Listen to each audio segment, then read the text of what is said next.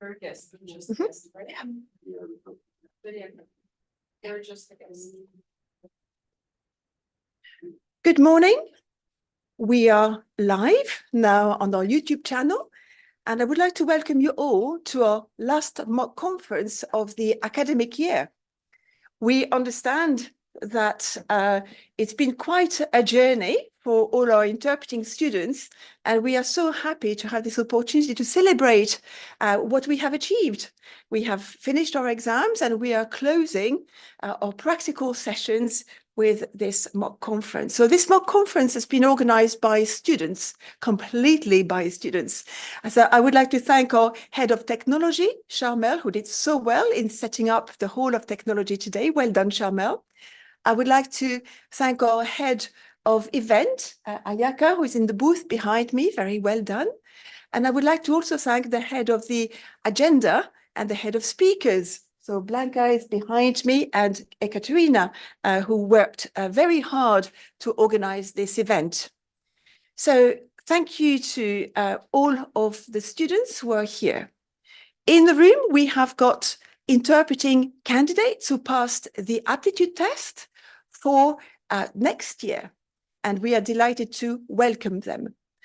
We also have some alumni with us. I would like to welcome in our Russian booth, Natasha, who is interpreting with us, Elsa, who is opposite me, and I think that's all for today. There's also Gladys online, who is interpreting online.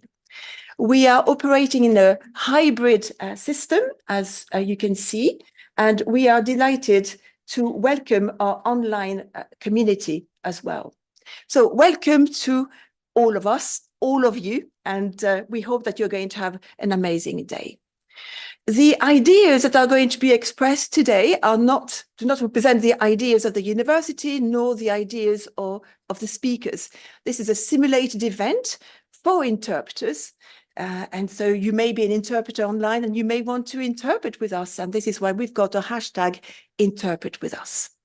So now we are about to start, and I will very soon switch in French. However, before I do this, I would like to tell our online community who have joined us on our YouTube channel that they can only hear the floor, the original speeches. The community that has joined us on our Zoom community can listen to the interpreters. How can they do that? So first of all, if you look at the bottom of your screen, there is a small logo, I would say, icon, representing the world. If you click on it, you have a list of languages that appears, and it will give you the language regime for the day. So today you are able to speak in English, in Japanese, French, Russian, Portuguese, Spanish, Italian, Polish. You can also listen to these languages online. I would like to say that some of the interpreters are on site, others are online. In the Japanese booth, our Japanese interpreter is interpreting by herself. So she will only interpret for 20 minutes and then take a 20-minute break. So if you click on the Japanese booth and cannot hear anything, then this explains why there isn't anyone on the channel.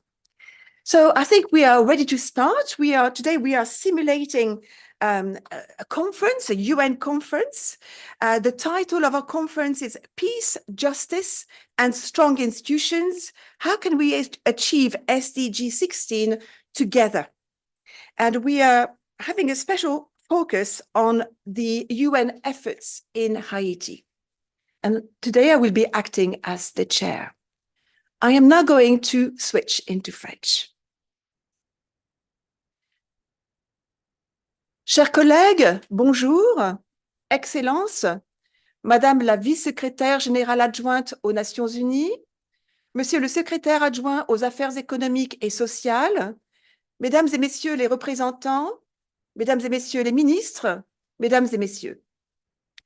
C'est un très grand honneur pour moi que de déclarer ouvert ce segment à haut niveau de notre conférence consacrée à l'ODD 16.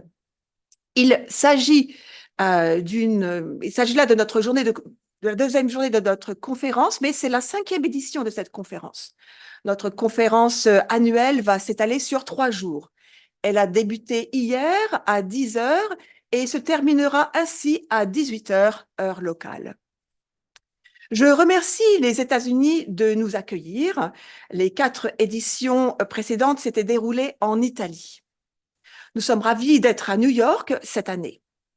Je salue les participants, les représentants des gouvernements, des organisations internationales, judiciaires et universitaires, ainsi que les membres de la société civile. Notre objectif est d'œuvrer pour des institutions justes, équitables et transparentes, et c'est bien là l'objectif de développement durable 16. La paix, l'inclusion, la justice sont les pierres angulaires de tout développement durable dans les différentes sociétés et pays. Nous savons tous qu'il s'agit là de principes fondamentaux, préalables aux droits humains et aux droits économiques au sens large. Tous ces principes fondateurs sont consacrés dans la Charte des Nations Unies. Dans le préambule même, il est indiqué que les Nations Unies s'engagent à prendre les mesures nécessaires pour le maintien de la justice et du respect des obligations nées des traités et autres sources du droit international, ceci pour favoriser des conditions de vie et de liberté. Le programme à l'horizon 2030 de l'ONU, assorti de ses objectifs de développement durable, offre des perspectives pour atteindre ces objectifs. En septembre dernier, le sommet des ODD, au nombre de 17, nous le savons tous, mais quelquefois il fait bon de le rappeler, a eu lieu à New York. Et une déclaration a été prononcée pour tracer la feuille de route qui se veut efficace et réaliste. Mais nous le savons tous, nous vivons dans un monde complexe et en pleine évolution. Ne nous voilons pas la face, nous vivons dans un monde où la paix est de plus en plus fragilisée.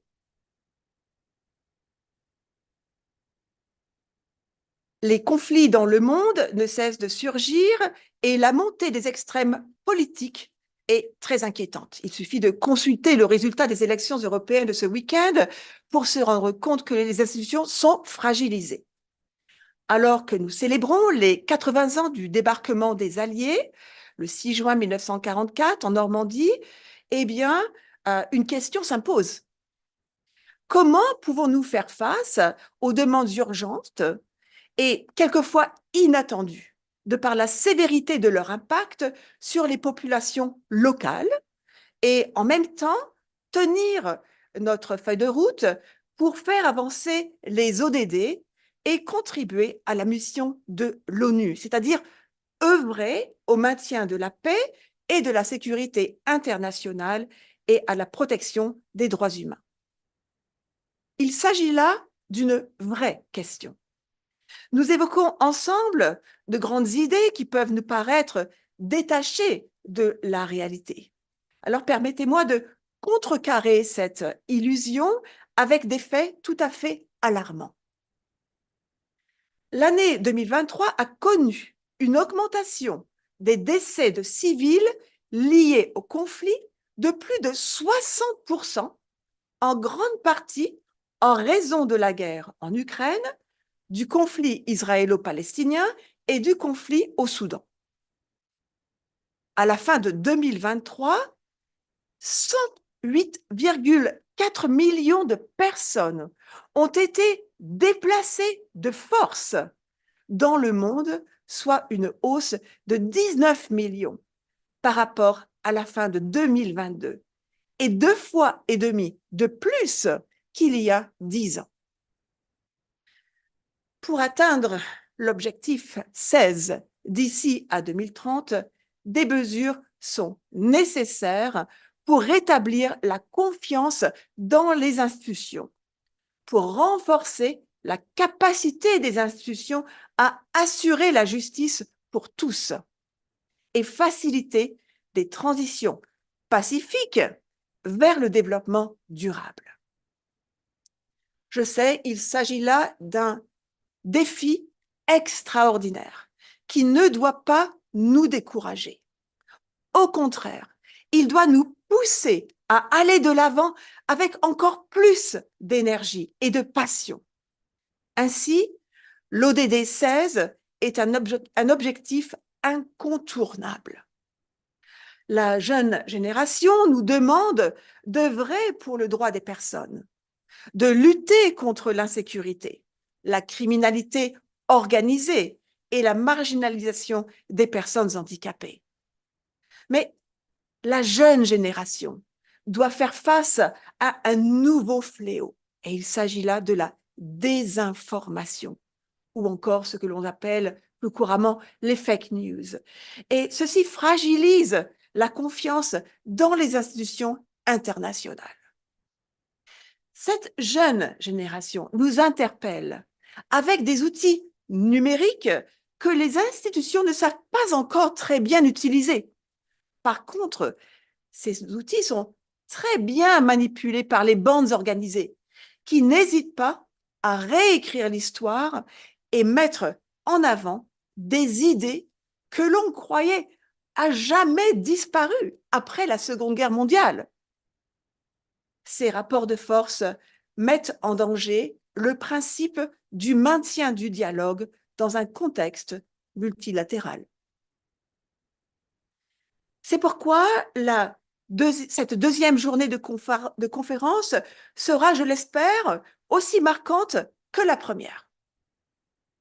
Hier, nous nous sommes attardés sur la fragilisation de la paix au Moyen-Orient, notamment avec le conflit israélo-palestinien. Nous avons principalement travaillé sur un point tout à fait nouveau, la protection du personnel onusien. Ce qui était impensable il y a encore 2 ans, 1 an, 6 mois, eh bien, ceci est devenu maintenant une réalité. Laissez-moi vous donner quelques chiffres. Plus de 190 membres du personnel onusien ont trouvé la mort au cours des derniers mois à Gaza ou dans les territoires occupés de Cisjordanie, sans compter les blessés. Il y a eu évidemment des véhicules des Nations Unies qui ont été attaqués et détruits. Les écoles des Nations Unies sont en ruine. Hier, nous nous sommes penchés plus précisément sur la survie de cette organisation que nous connaissons tous et qui est chère à notre cœur, l'UNRWA. L'UNRWA est essentiel dans la région. Nous avons mis en avant des recommandations hier qui seront présentées au prochain sommet Horizon 2030. Alors, pour aujourd'hui, qu'allons-nous faire? Eh bien, notre panel représente une autre région du monde, tout aussi préoccupante. Il s'agit d'une petite île de 11 millions d'habitants, oui, c'est bien ça. Il s'agit là de la République d'Haïti. C'est une question si pressante que nous avons décidé d'y dédier cette deuxième journée de conférence. L'ordre du jour vous démontre notre détermination à comprendre la situation inhumaine qui se trame en ce moment. Mais notre objectif, c'est une fois de plus de proposer des recommandations pour le prochain sommet Horizon 2030. Comme nous le savons, l'assassinat du président haïtien Jovenel Moïse en 2021 a déclenché un climat de violence jamais vu dans l'histoire du pays. Les gangs se multiplient. Il existe actuellement environ 150 groupes lourdement armés répartis en 2 factions principales, le G9 et le GPEP, qui se disputent le territoire national. Ces gangs n'ont pas hésité à prendre la population en otage pour faire régner leurs lois, celles du meurtre, du kidnapping et des massacres. Les violences, notamment sexuelles, à l'encontre des femmes, sont utilisées comme armes de guerre pour humilier et réduire à néant les femmes. sans oublier les enfants qui n'ont plus accès à l'éducation et qui sont utilisés comme informateurs par les gangs. Les institutions gouvernementales sont totalement dépourvues et c'est la loi du plus fort qui règne. Cela nous donne un aperçu de l'impact d'une société sans loi ni droit. Le contrat social qui lie les humains a disparu. C'est la course aux armements plutôt que le développement durable. Nous en saurons beaucoup plus après avoir entendu nos intervenants. Alors après notre pause déjeuner qui durera 1 heure, nous commencerons notre table ronde avec 3 questions clés que je vous rappellerai au début de notre séance à 13h30. Mais j'aimerais rappeler que nos intervenants sont pour ainsi dire aujourd'hui tous connectés en ligne et j'aimerais remercier notre équipe technique qui nous permettra d'établir la connexion avec eux. J'espère que tout se passera bien au niveau de la technologie, mais soyez patients si nous avons peut-être quelques petits soucis de ce côté-là.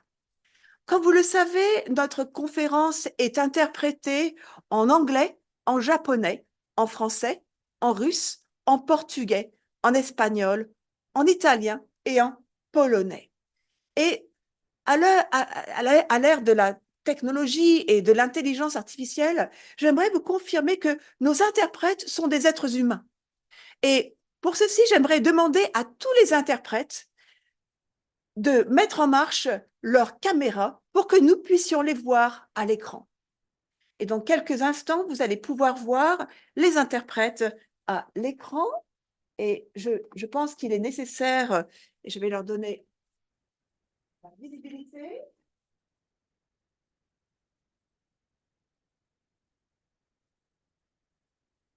Donc, vous pouvez voir que grâce à nos interprètes, le multilinguisme est bien vivant et que les interprètes qui sont ici en présentiel et également en ligne, nous travaillons en hybride aujourd'hui, eh bien, nous permettent non seulement de communiquer entre nous, mais de pouvoir être en direct sur notre chaîne YouTube et ainsi d'être visible à la population de qui veut bien nous regarder. Donc, c'est notre devoir de communication, de partage également au niveau des Nations Unies.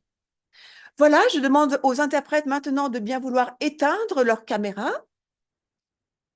Je les remercie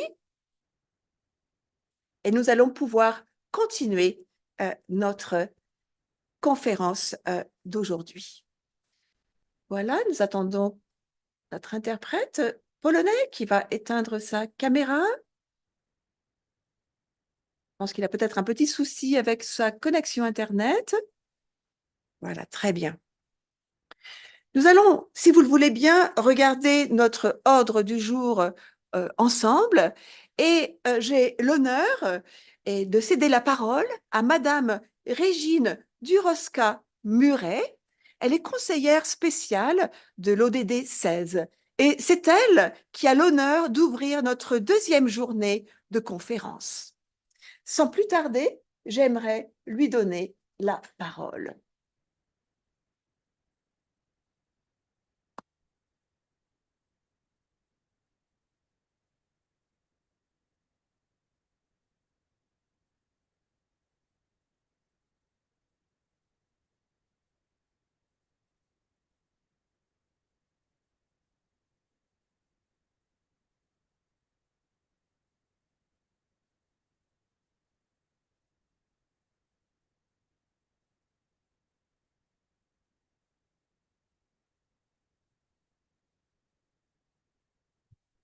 Très bien, je vois que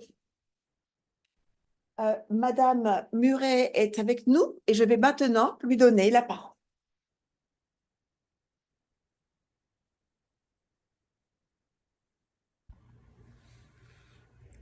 Je m'appelle Régine Jones Cambery et je suis la conseillère spéciale sur l'objectif de développement durable 16.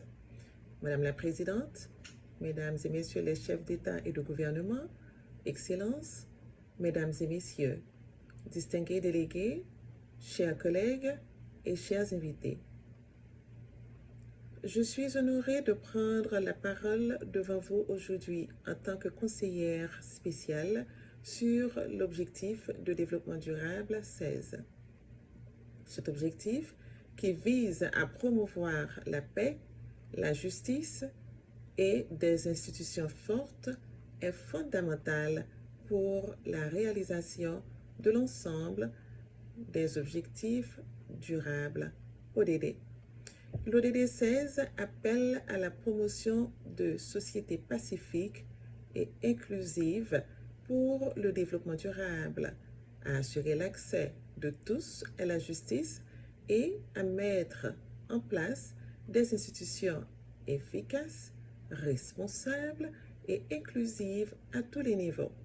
Sans paix, justice et institutions solides, il est difficile d'imaginer un développement durable. L'ODD 16 est intrinsèquement lié à plusieurs autres ODD, notamment l'ODD 1, l'éradication de la pauvreté, l'ODD 5, l'égalité des sexes et l'ODD 13, l'action climatique. La paix et la justice sont des prérequis pour éradiquer la pauvreté. Selon la Banque mondiale, les conflits violents ont plongé des millions de personnes dans la pauvreté. Des institutions fortes peuvent créer un environnement propice à la croissance économique et à la réduction de la pauvreté. L'égalité des sexes est essentielle pour des sociétés pacifiques et justes. Des institutions solides doivent garantir que les droits des femmes soient protégés et que les femmes aient un accès égal aux ressources et aux opportunités. En Haïti, par exemple, 58% des femmes âgées de 15 à 49 ans ont subi des violences physiques ou sexuelles. Renforcer les institutions pour protéger les droits des femmes est donc crucial. Les changements climatiques exacerbent les conflits et la vulnérabilité des populations. Des institutions fortes sont donc nécessaires pour élaborer et mettre en œuvre des politiques climatiques et efficaces. En Haïti, les catastrophes naturelles récurrentes rendent les communautés vulnérables et accentuent l'instabilité. Des institutions résilientes peuvent mieux gérer les risques climatiques et renforcer la résilience communautaire. Pour rendre les institutions plus fortes et plus efficaces en Haïti, plusieurs mesures peuvent être envisagées. Par exemple, la justice doit être accessible à tous et exempte de corruption. La mise en place de tribunaux indépendants et la formation de magistrats internes sont essentielles. Impliquer les citoyens dans les processus décisionnels renforce la légitimité des institutions, la transparence et la responsabilité des gouvernants doit être encouragée. En dernier lieu, former les jeunes et les communautés aux valeurs de paix et de justice et de droits humains est crucial. L'éducation joue un rôle clé dans la construction de sociétés pacifiques. Le maintien de la paix et la résolution des conflits sont les piliers de l'ODD 16. Il est essentiel de promouvoir le dialogue et la réconciliation, notamment dans les zones touchées par la violence. Des initiatives locales soutenues par la communauté internationale peuvent aider à prévenir les conflits et à promouvoir la cohésion sociale. Pour assurer la mise en œuvre efficace de l'ODD 16, des mécanismes de suivi et de révision sont indispensables. Les institutions doivent être capables de collecter des données fiables et de rendre compte de leurs progrès.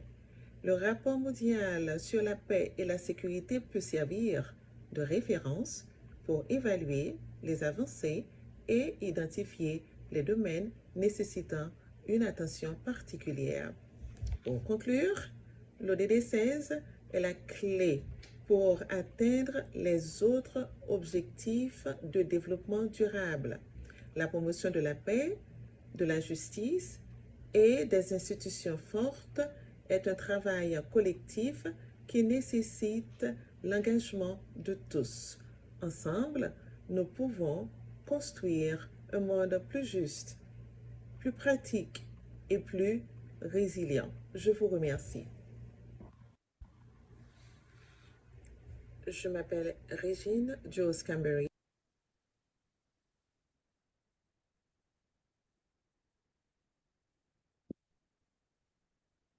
Je remercie chaleureusement notre intervenante qui ne pouvait pas être avec nous sur place, mais qui nous a fait l'honneur de sa présence en ligne. Je sais qu'elle ne pourra pas être avec nous cet après-midi pour notre table ronde, mais nous savons qu'elle nous a fait parvenir un rapport avec des idées clés qui lui sont très chères. Et je pense que ce rapport va nous faciliter la tâche pour la discussion de notre table ronde de cet après-midi. Mais nous avons le plaisir et l'honneur d'accueillir notre prochaine intervenante. Comme je vous l'ai dit, aujourd'hui, nous allons rassembler des intervenants de la société civile, de milieux universitaires et également de milieux onusiens, bien sûr. Mais notre prochaine intervenante, eh bien, elle est maître de conférences spécialisée dans les études liées au conflit et à la paix dans le monde.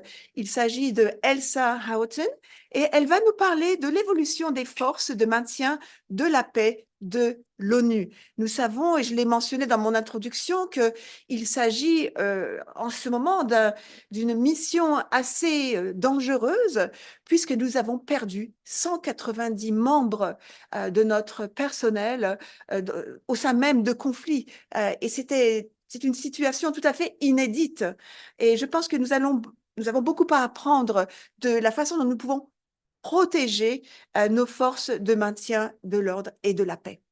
Je donne sans plus tarder la parole à Madame Elsa Houghton et je suis ravie que vous soyez ici parmi vous aujourd'hui et d'autant plus ravie que je sais que vous pouvez rester avec nous cet après-midi pour participer à notre table ronde. Donc, soyez la bienvenue et je vous donne la parole avec plaisir. Thank you very much indeed, Chair. Distinguished guests, special representatives, ministers, colleagues, ladies and gentlemen. Thank you very much for inviting me to participate in this conference today. With such troubling scenes unfolding across the world, today's discussion on peace, justice, and strong institutions is certainly a relevant one, and I am personally heartened to see so many experts brought together to focus on this important matter. I am truly honoured to be numbered among them. To help give some background to today's conference and our discussion later this afternoon, I have been asked to speak to you about United Nations peacekeeping and about the evolution of this instrument over the 70+ years since the UN launched it. I will start by presenting UN peacekeeping as a whole, give some of the history, and then outline where UN peacekeeping missions are at today. I will also mention some key issues that have arisen along the way. Finally, I'll suggest where UN peacekeeping might develop in the future. Firstly then, what exactly is UN peacekeeping? It is essentially the term given to work carried out by groups of people known as peacekeepers, with the aim of helping countries navigate the difficult path from conflict to peace. Peacekeepers are typically brought in to implement and maintain peace treaties that have already been brokered. Indeed, the very name peacekeeper implies that there is a peace there to be kept at all, which can be difficult to define in some situations. Peacekeepers do, however, have other nicknames that are more neutral, for example, blue berets or blue helmets. This is a reference to the distinctive light blue colour representing the UN flag that all peacekeepers wear. UN peacekeepers are civilian, military, and police personnel, all working together in various capacities. The UN itself has no army of its own, and so these personnel come from all over the world, from member states who choose to contribute them. As well as the personnel, the supplies and resources for a peacekeeping mission must also be discussed and agreed upon and then sought from member states. This inevitably takes some time, which has earned the UN some criticism for inefficiency, but I will come back to this later on. In terms of funding, the UN reimburses countries who contribute troops to peacekeeping forces, making peacekeeping a popular way for a country to provide their soldiers with further experience and training and to bring in some money too.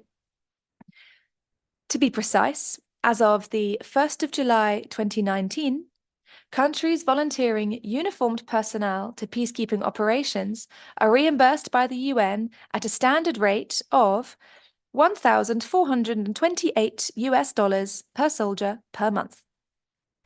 Police and other civilian personnel are paid from the peacekeeping budgets that are established for each operation. Whilst a significant portion of peacekeeper teams are often soldiers, peacekeeper troops should not be regarded as just another army in a volatile place. There are a few reasons for this, which can be summed up quite well using the 3 guiding principles of peacekeeping. I will list these now. Firstly, consent of the parties. The peacekeeper troops are deployed with the consent of the parties to, or belligerents in, a conflict. Indeed, it is on the very initiative of the belligerents themselves that peacekeepers become involved, as they can ask the UN to help them to implement peace agreements. This consent requires a commitment by the parties to a political and diplomatic process to restore peace. But problems can arise if the main parties to the conflict are internally divided, or if, as is the case in Haiti, the setting is characterized by the presence of armed groups who do not answer to any particular authority.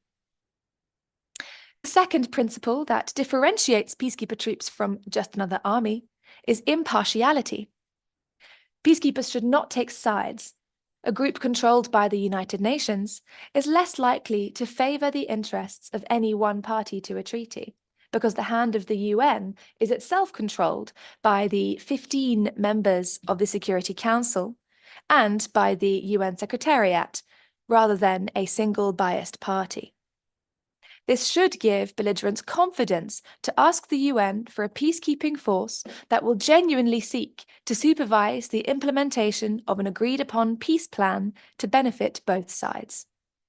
This plan and the proposed strategies for its implementation and upkeep is called the mandate.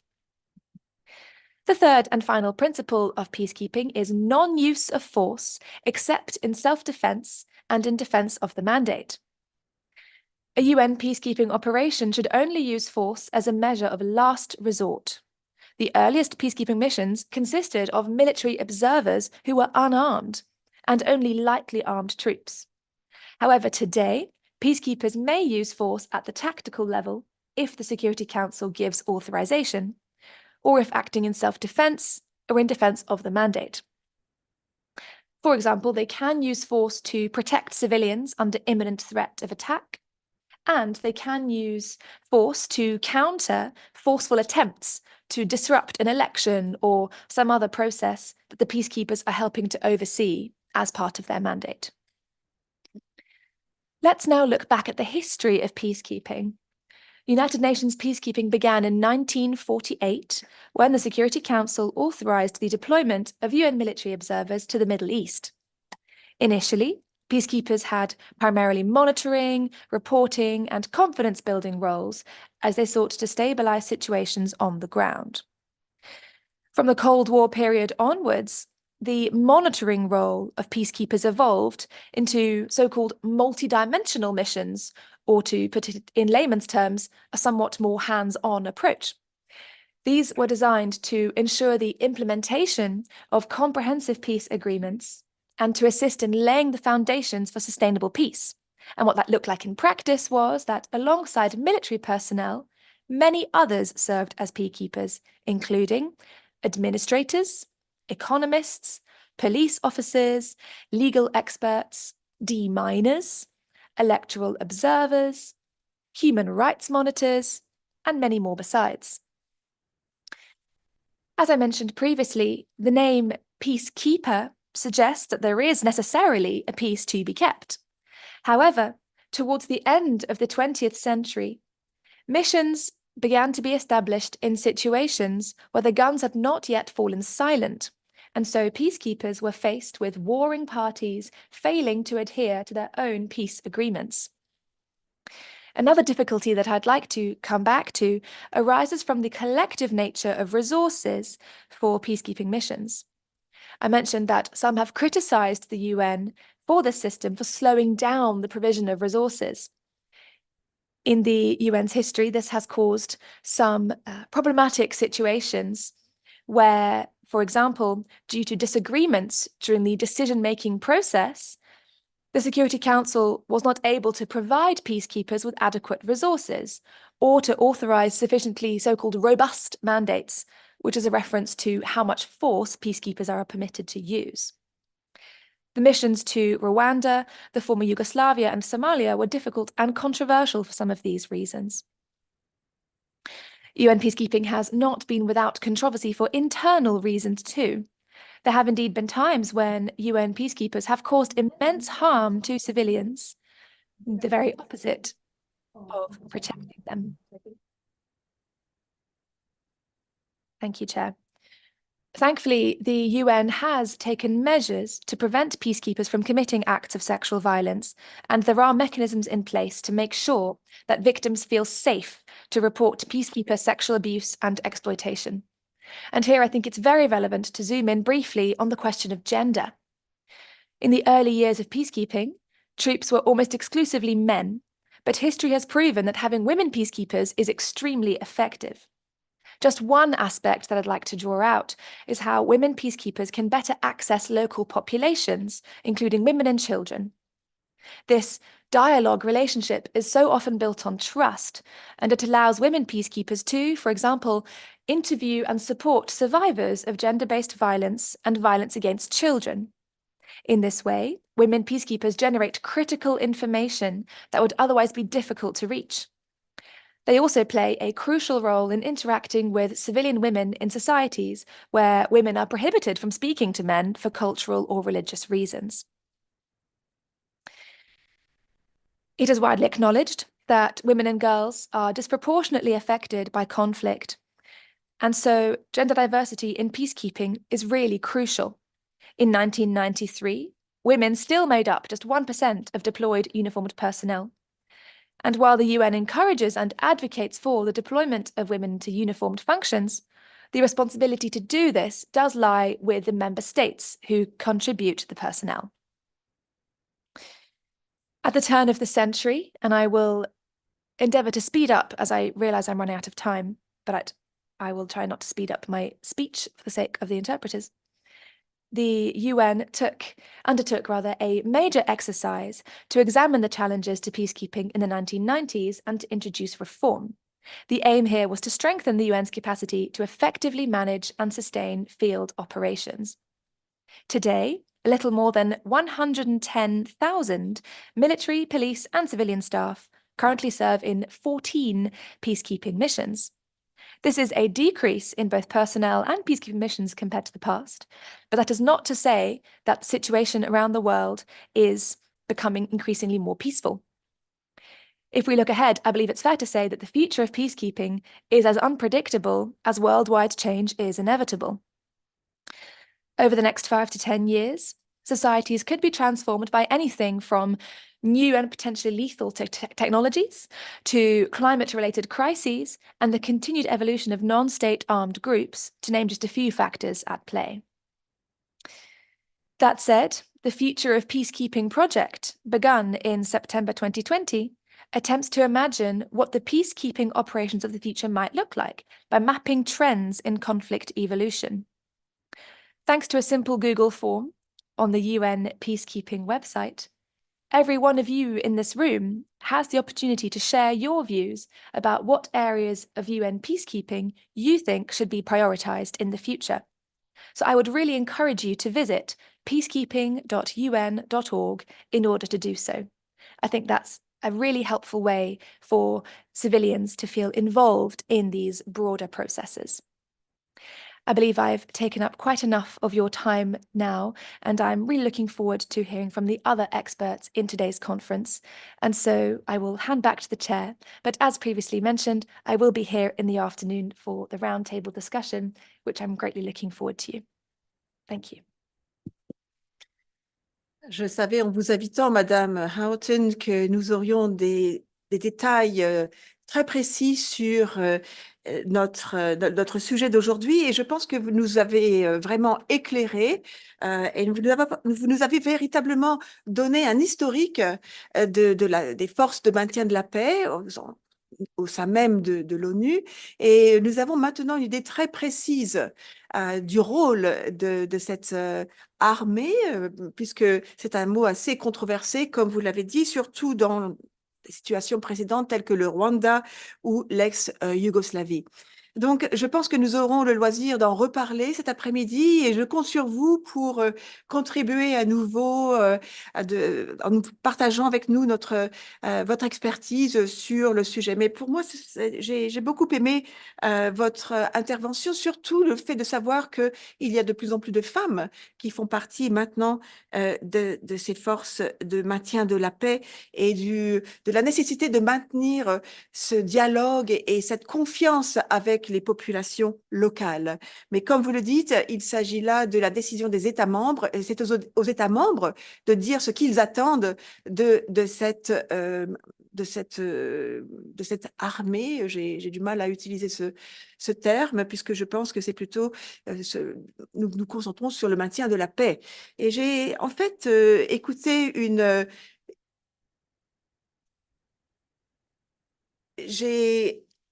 j'ai en fait écouté ce matin une intervention assez intéressante, et qui nous disait que l'ONU dépensait 3 $ pour essayer d'éviter un conflit, pour maintenir la paix, alors que l'ONU doit dépenser 13 $ pour la reconstruction après un conflit. Donc, nous savons ici que maintenir la paix, eh bien, c'est un coût évidemment beaucoup plus intéressant que de reconstruire après un conflit. Donc, éviter les conflits à tout prix et maintenir la paix, c'est le travail de l'ONU. Mais je vois que l'heure tourne et que nous devons passer à notre prochaine intervenante. Il s'agit de Yanitsa Dimitrova, qui est représentante spéciale du secrétaire général dans le cadre de son mandat pour Haïti. Comme je vous l'ai dit, nous allons nous concentrer sur Haïti, sur la République d'Haïti aujourd'hui. Et je suis ravie qu'elle ouvre ce débat avec sa présentation. Une fois de plus, je demande à ce que vous soyez patient, puisque Yanitsa n'est pas avec nous en présentiel, mais elle est avec nous en ligne. Notre équipe technique va devoir assurer la connexion. Je vous remercie.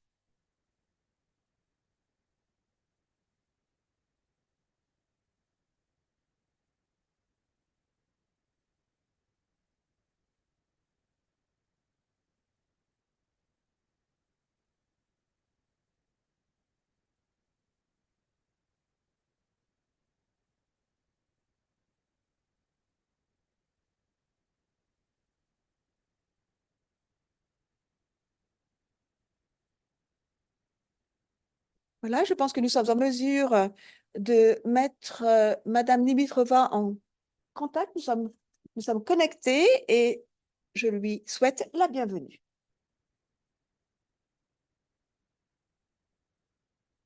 Señora Presidenta, distinguidos miembros, excelencias, señoras y señores, es un honor dirigirme a ustedes hoy en esta conferencia de revisión del Objetivo de Desarrollo número 16.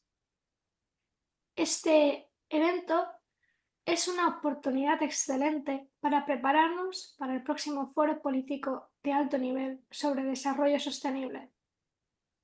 Además, juntos podremos evaluar nuestros avances y los desafíos a los que nos seguimos enfrentando, para poder así a analizar nuestro progreso y seguir enfrentándonos a los obstáculos que quedan entre la situación actual y el éxito de este ODS para alcanzar la agenda, los objetivos de la Agenda 2030.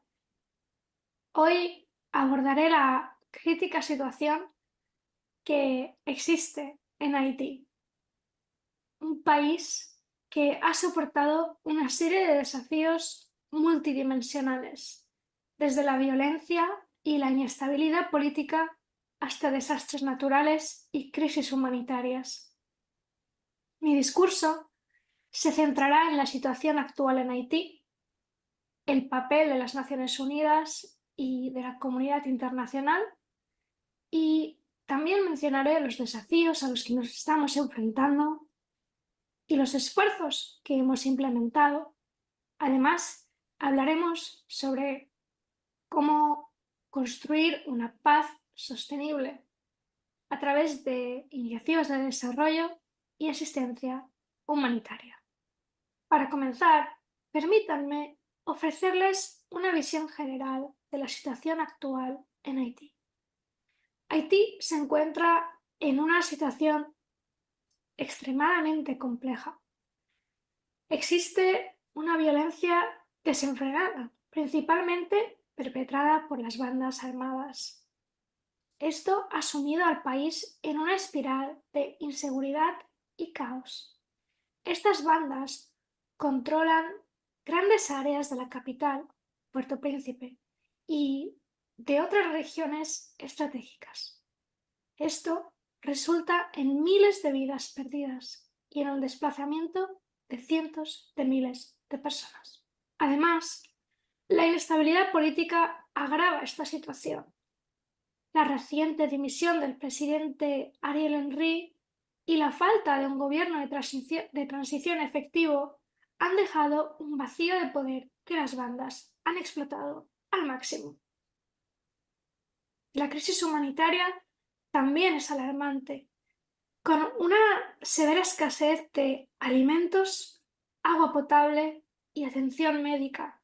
Esto, a su vez, se ve exacerbado por los constantes desastres naturales que azotan al país. En este contexto, las Naciones Unidas han desempeñado un papel vital en Haití durante décadas, no solamente en el presente.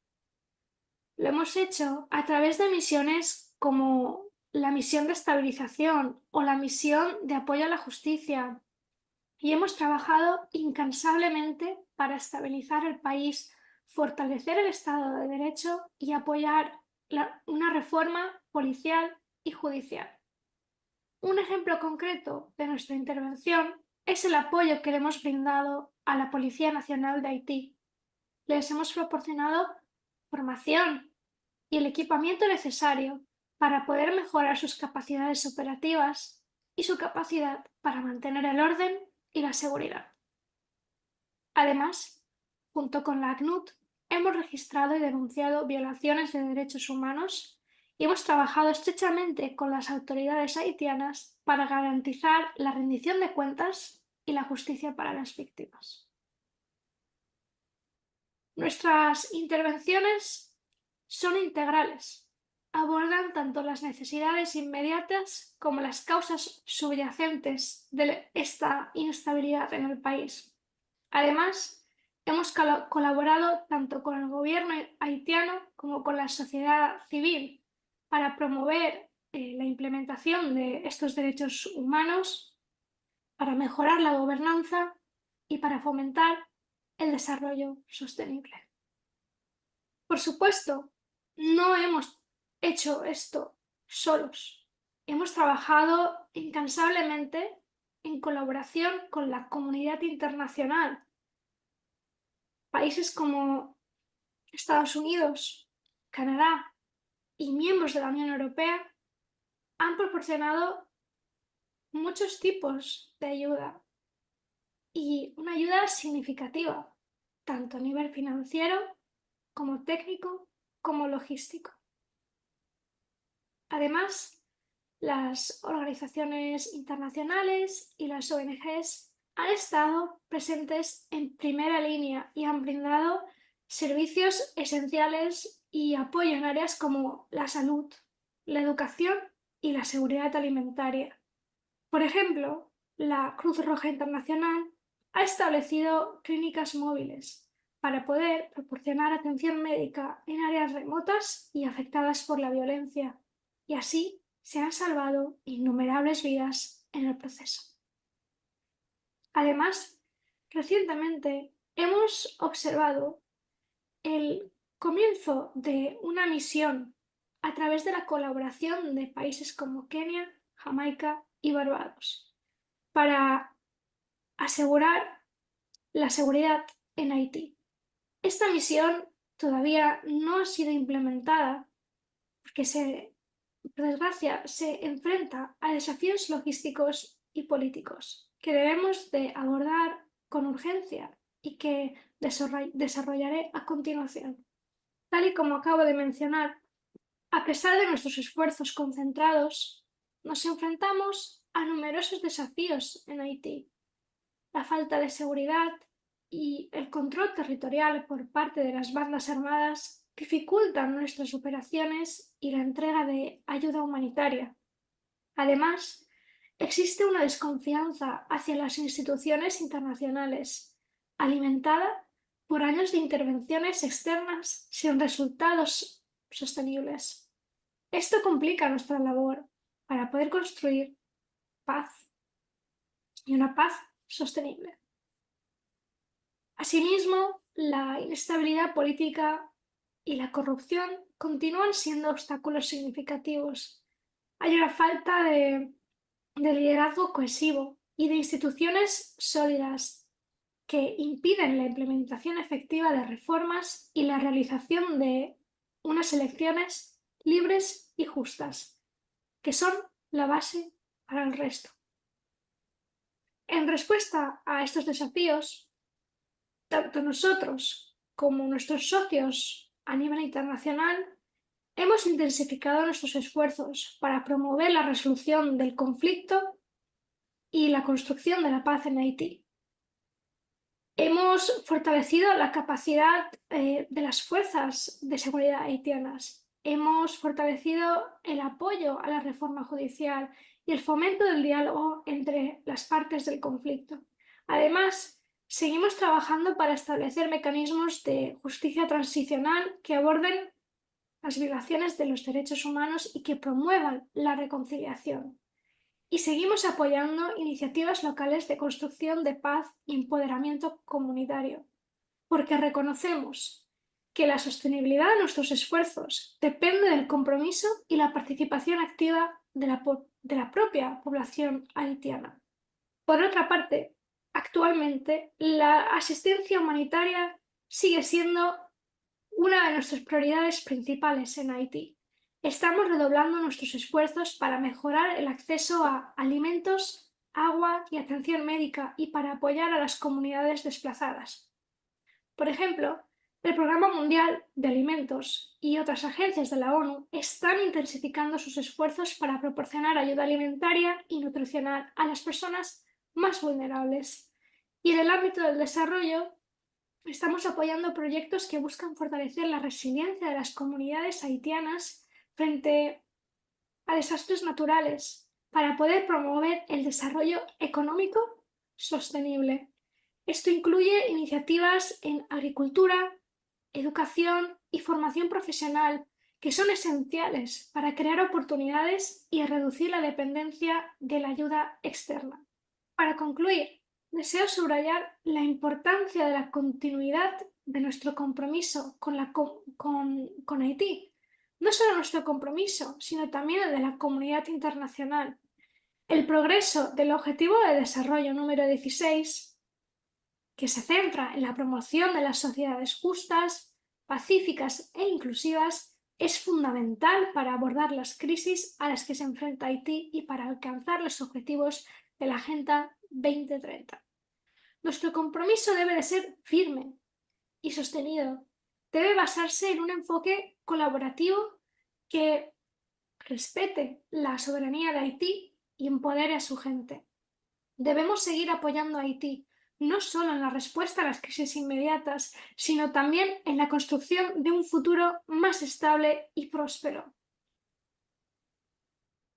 Antes de finalizar con mi discurso y a modo de transición para el panel que nos sigue a continuación, me gustaría plantearles una pregunta.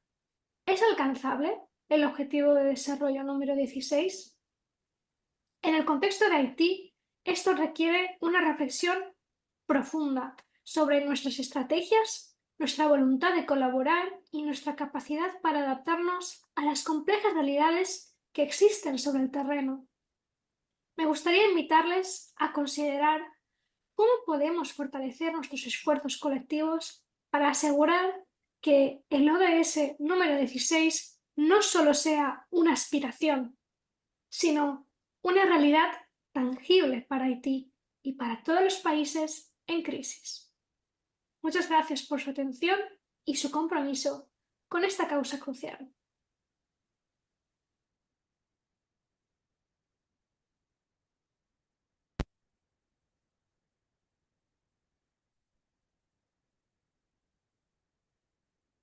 Je suis reconnaissante à Madame Dimitrova d'avoir pris le temps de partager ses connaissances sur la situation actuelle dans la République d'Haïti et pour vraiment nous poser les questions qui vont permettre à notre débat, et spécialement cet après-midi, de prendre forme. Je pense que nous devons essayer de trouver des mesures concrètes et établir un rapport qui pourra véritablement fournir une discussion guidée, informée, pour que nous puissions aller de l'avant. Alors, il est vrai que en ce moment, eh bien, dans la République haïtienne, ce que nous voyons, c'est un abandon de l'état de droit. Et l'ODD 16, eh bien, met en avant la raison d'être des institutions fortes, le lien entre les institutions fortes et la paix dans le monde et le développement durable. Et là, nous voyons que lorsque les institutions disparaissent, puisque ce sont les gangs qui ont pris le contrôle du pays, eh bien, tout disparaît. Les populations sont abandonnées à elles-mêmes et nous voyons que les populations vulnérables, malheureusement, sont les premières touchées. Les enfants, les femmes, et ceci est véritablement quelque chose que nous connaissons tous. Ça a été écrit dans les rapports, nous savons très bien ce qui se passe lorsqu'il y a un abandon de l'état de droit.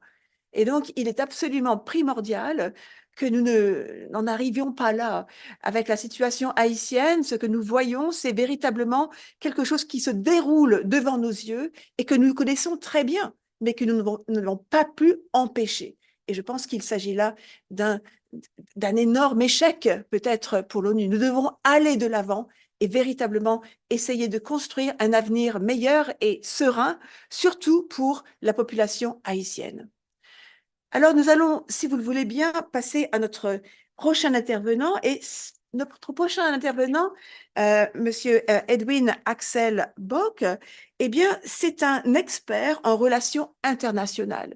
Mais il va nous parler de quelque chose qui est très important. Il s'agit de la technologie moderne en ce qui concerne les missions du maintien de la paix à Haïti. Donc, quel est le rôle de ces nouvelles technologies?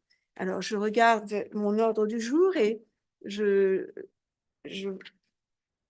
pardon.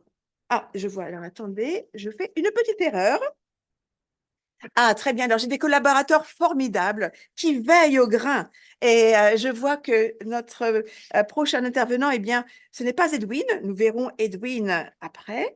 Mais le prochain, c'est Monsieur Quim Solé, comme je l'ai dit, qui va nous parler, qui va nous apporter un contexte historique et qui va nous faire une sorte de petit rappel historique jusqu'à maintenant pour essayer de comprendre ce qui se passe en ce moment dans la République de Haïti.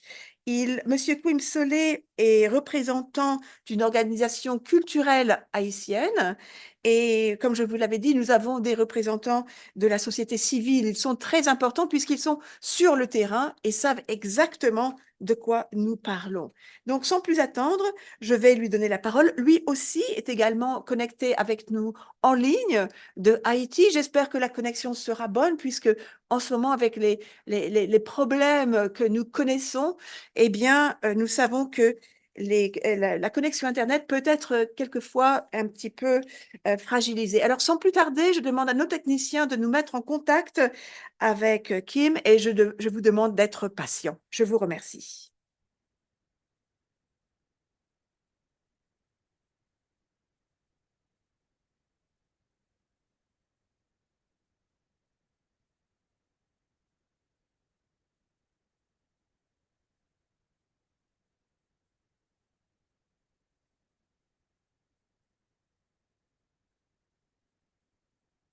Nous sommes maintenant prêts et je donne la parole à Monsieur Kim Solé qui va s'exprimer en espagnol.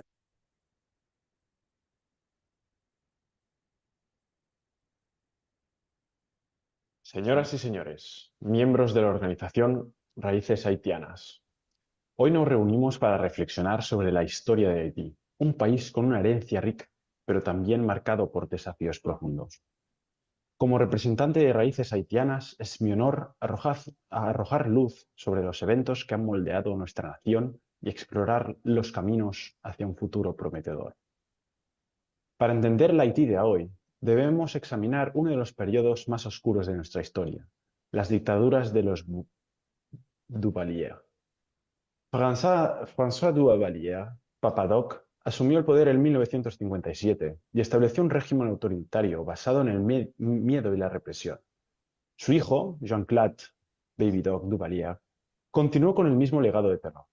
Durante estos años, miles de haitianos fueron encarcelados, torturados y asesinados por los Tonton Macoute, la temida policía secreta. Las violaciones a los derechos humanos y la corrupción desenfrenada desangraron nuestra nación. La caída de los Duvalier en 1986 no trajo la estabilidad esperada. Haití entró en una era de inestabilidad política con frecuentes cambios de gobierno y numerosos golpes de Estado. La falta de continuidad en el liderazgo ha obstaculizado el desarrollo y mantenido al país en un estado de incertidumbre constante. Las instituciones democráticas han sido frágiles y manipuladas por intereses particulares, dificultando la construcción de una verdadera democracia. Haití también ha sido azotada por devastadores desastres naturales que han agravado nuestras dificultades. El terremoto de 2010 dejó más de 300.000 muertos y millones sin hogar. Las infraestructuras quedaron en ruinas, sumiendo al país en una profunda crisis humanitaria. Los huracanes recurrentes también han causado destrucción y dificultado la recuperación económica y social. La comunidad internacional ha jugado un papel significativo en Haití, con intervenciones y misiones de paz de las Naciones Unidas, como la MINUTAH o MINSUTAH, establecida en 2004 para estabilizar el país. Sin embargo, la eficacia de estas intervenciones ha sido objeto de debate. Aunque han proporcionado asistencia en momentos críticos, también han sido criticadas por problemas de ejecución y falta de respeto a la soberanía haitiana. La ayuda extranjera, aunque vital, a veces ha llegado con condiciones que no siempre han favorecido el desarrollo sostenible ni el fortalecimiento de nuestras capacidades. Hoy en día, Haití sigue enfrentado en enormes desafíos. La pobreza extrema es una de la realidad para gran parte de nuestra población, con desigualdad económica que socava el tejido social.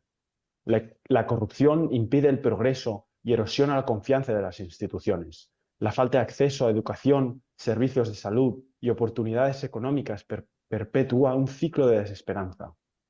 La migración masiva de haitianos en busca de mejores condiciones de vida es un testimonio de la necesidad urgente de cambio y desarrollo.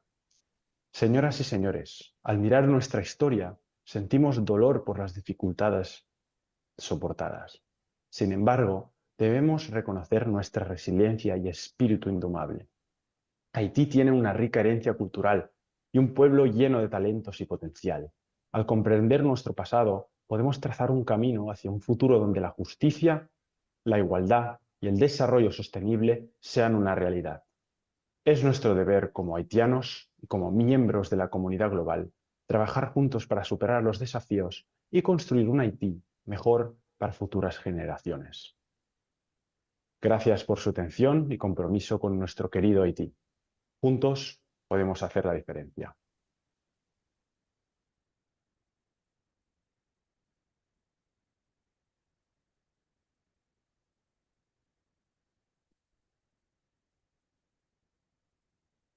Je pense qu'il était tout à fait vital, primordial d'écouter Monsieur Kim Solé, puisqu'il est sur le terrain.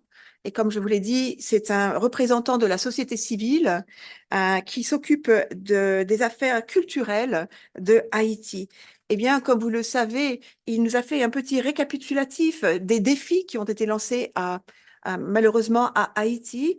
Et nous savons qu'ils ont été malheureusement assez nombreux. Nous avons parlé de la pauvreté extrême, nous avons parlé de la corruption, nous avons parlé également du manque d'accès à l'éducation, mais tout ceci dans un contexte politique chargé en corruption, chargé en problèmes qui ont été assez répétés sur la violation des droits humains. Nous avons évidemment eu un tremblement de terre, mais il y a eu également des coups d'État. Donc, je pense que nous devons rappeler que l'objectif 16, et cet objectif qui est au cœur de notre débat aujourd'hui, qui cherche à promouvoir des sociétés pacifiques et ouvertes à tous, à assurer la justice pour tous et à mettre en place des institutions efficaces, responsables et ouvertes à tous les niveaux. Eh bien, nous voyons que dans la République haïtienne, le manque de ces sociétés pacifiques et ouvertes, le gouvernement centralisé qui a une mainmise sur un petit ensemble de personnes qui malheureusement mènent la vie dure au quotidien pour la population civile, eh bien, sans accès à la justice pour tous, puisque nous savons que la personne qui a tué le président de la République n'a toujours pas été arrêtée, il n'y a pas de jugement, personne n'a été condamné. Eh bien, sans justice, sans institutions fortes, il est absolument impossible de promouvoir une paix durable et de promouvoir une qualité de vie au quotidien. Et ceci étant beaucoup plus fragilisé pour les enfants et pour les femmes. Nous en sommes rendus compte au fur et à mesure que nous écoutons nos intervenants. Nous répétons les mêmes choses, mais malheureusement, il faut les répéter puisque ces choses ne sont pas entendues. Il est absolument primordial de savoir qu'en République d'Haïti, en ce moment, eh bien, les enfants et les femmes, tout comme en ce moment dans d'autres nombreux conflits tels que la guerre à Gaza en ce moment, ce sont les femmes et les enfants qui sont les plus vulnérabilisés. Je vous remercie et nous allons pouvoir passer à notre prochain intervenant. Et cette fois-ci, je ne vais pas faire l'erreur, je vais pouvoir nous mettre en lien avec notre prochain intervenant qui est Edwin Axel Bock. Alors, je vous prie de m'excuser pour l'erreur que j'ai faite il y a quelques secondes et j'espère que Edwin ne m'en tiendra pas compte. Alors, Edwin, c'est un expert en relations internationales. Il va nous parler, comme je vous l'avais dit précédemment, du rôle de la technologie et de l'intelligence artificielle par rapport aux missions chargées du maintien de la paix à Haïti. Quel est le rôle de ces technologies? Quel est le rôle de l'intelligence artificielle? Alors, une fois de plus, mais je sais que vous êtes très patient maintenant, puisque vous en avez déjà l'habitude, je vais vous demander quelques secondes pour nous mettre en relation avec Monsieur Edwin.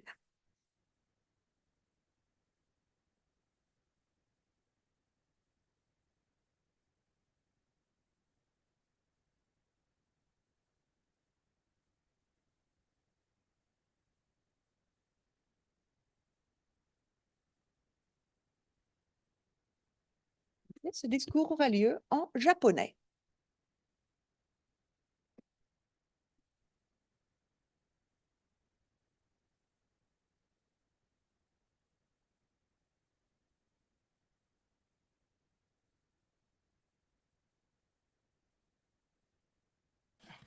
Esteemed guest, good afternoon and thank you for inviting me to speak today in regards to the current peacekeeping efforts in Haiti.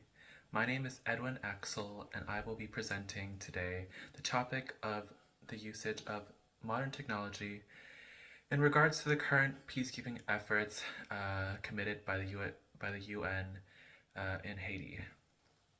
Peacekeeping as a subject has changed a lot throughout the years. The Blue Helmets of the United Nations, once primarily relying on traditional methods of diplomacy and ground presence, have now changed to a form of peacekeeping through the usage of advanced technology. This evolution is not just a testament to human creativity, but also a necessity in addressing the complex issues that Haiti is currently facing. The nation itself has known a lot of challenges, from natural disasters such as the earthquake in 2010 to current political instability and social unrest. Haiti's journey as a nation has been very, very vibrant and tumultuous. In recent years, the security has deteriorated and has been ridden with gang violence and weakened social and state governments. It is within this context that we have to look at how technology can aid in peacekeeping efforts and support the Haitian people in their journey to peace. One of the most important advancements in technology in regards to peacekeeping is the usage of drones. Unmanned aerial vehicles, or UAVs, offer real-time surveillance and recon that were previously unimaginable. In Haiti, drones can monitor areas with a lot of activity, the movement of armed groups, and also provide really important information without involving human lives. This perspective from the sky allows peacekeepers to respond in a quick manner and in a very accurate manner as well, ensuring a more direct approach to maintaining order. On top of that, satellite technology has become a very important tool in modern peacekeeping. High resolution pictures allows the continuous monitoring of vast and remote areas, especially in Haiti, where rugged terrain and infrastructure challenges can hinder traditional methods of peacekeeping and surveillance. Satellites offer an overarching view that is essential for effective intervention. For example, during natural disasters, satellite imagery can assess damage and identify areas most in need of aid, facilitating timely and efficient humanitarian responses. In the field of communication technology, there have been a lot of advances in the use of secure and reliable networks that facilitate the peacekeepers' efforts seamlessly, even in the most tumultuous and challenging environments. In Haiti, where infrastructure can be very volatile and fragile, having a robust communication system is important. Mobile technology coupled with encrypted communication channels allows peacekeeping to stay on their feet, to share information in real time and coordinate with local police and also international authorities as well. In regards to the usage of AI and data analytics, the analyzation of data can identify patterns and predict potential key points of or hotspots of conflict. In Haiti, where social political dynamics are very complex, AI can help peacekeeping and peacekeepers understand the current tensions and the reasons behind them and how to address them before they escalate further. Predictive analytics can also assist in resource allocation, ensuring that peacekeeping efforts are both swift and effective. In addition to surveillance and communication technologies, cybersecurity is a growing concern in peacekeeping efforts.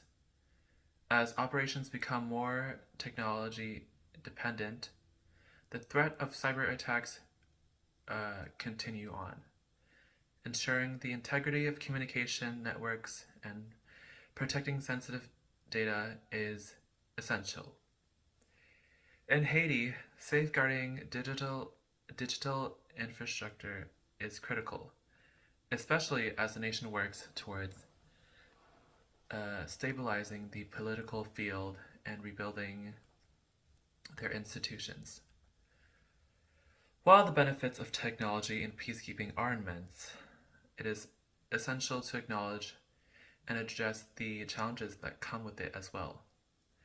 Technological solutions have to be implemented in a way that is seamless and looks through the lenses of human lives and how they affect the people. On top of that, there is a risk of over-reliance on technology and overlooking the importance of human engagement. Peacekeeping efforts must balance technological advancements with the experience of humankind and communication. In Haiti, the usage of technology in peacekeeping efforts offers a beacon of hope.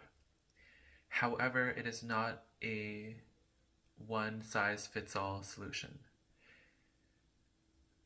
Sustainable peacekeeping requires a comprehensive approach that includes dialogue between politicians, economic growth, and social cohesion. Technology can provide the tools, but it is the collective agreement and cooperation of the international community with the Haitian government in mind and the people themselves, for they are the ones who will lead change in their country. In conclusion, the usage of technology in modern peacekeeping holds a lot of tremendous potential. From the usage of drones and satellite to artificial intelligence and to securing communication networks, these advancements can enhance our ability to maintain peace and protecting lives in the nation of Haiti.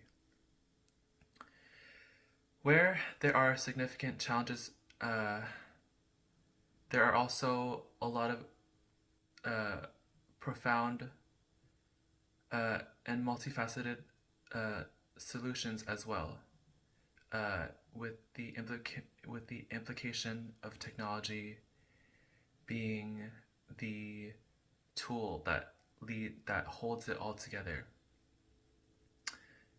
It is important to remember that technology is not a means to end everything, to end the current situation and the political instability in Haiti, but it is merely, like I had mentioned, a tool, and one that must be used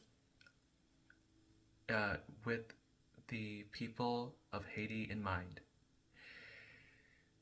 In the end, our ultimate goal must be to always build a peaceful and resilient society. Thank you so much.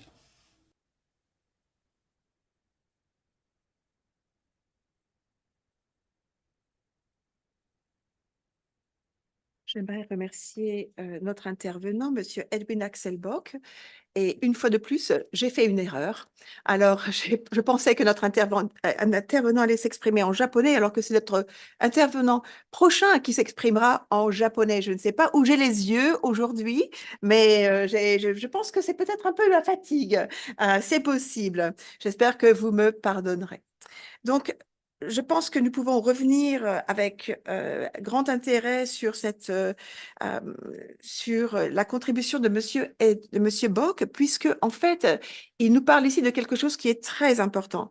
Il s'agit de la nouvelle technologie au service de la paix.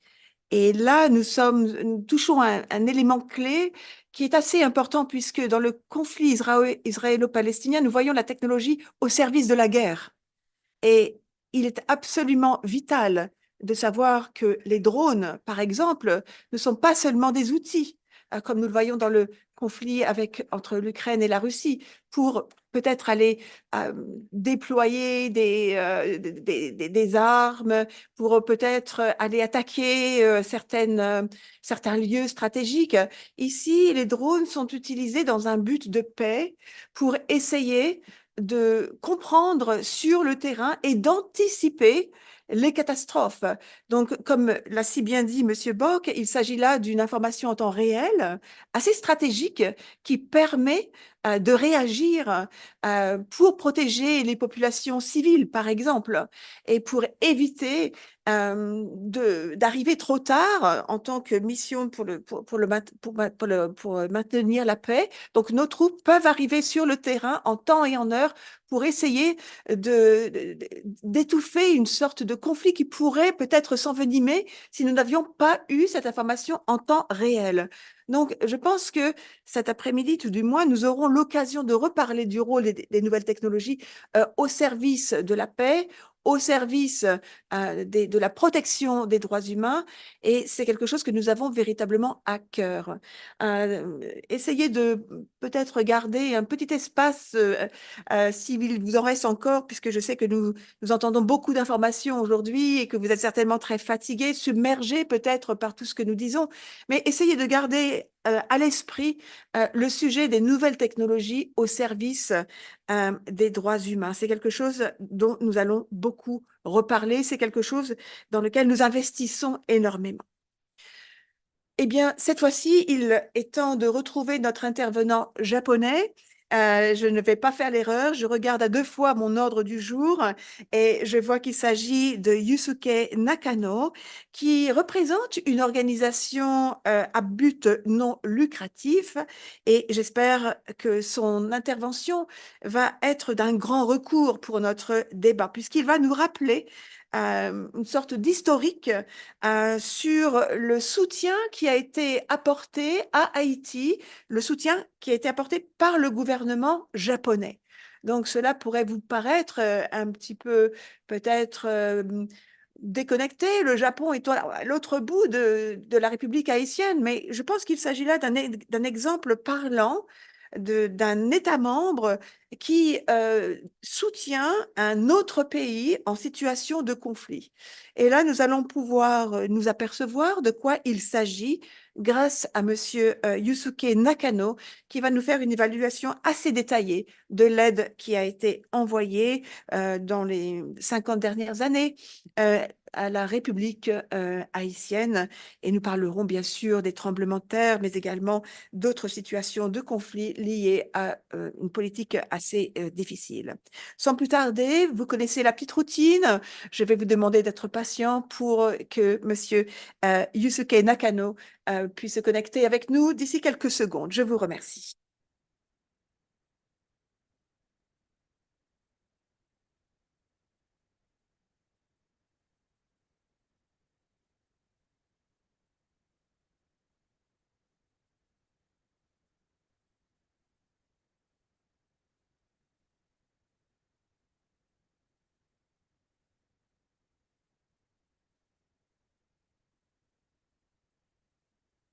Monsieur Nakano, vous avez la parole.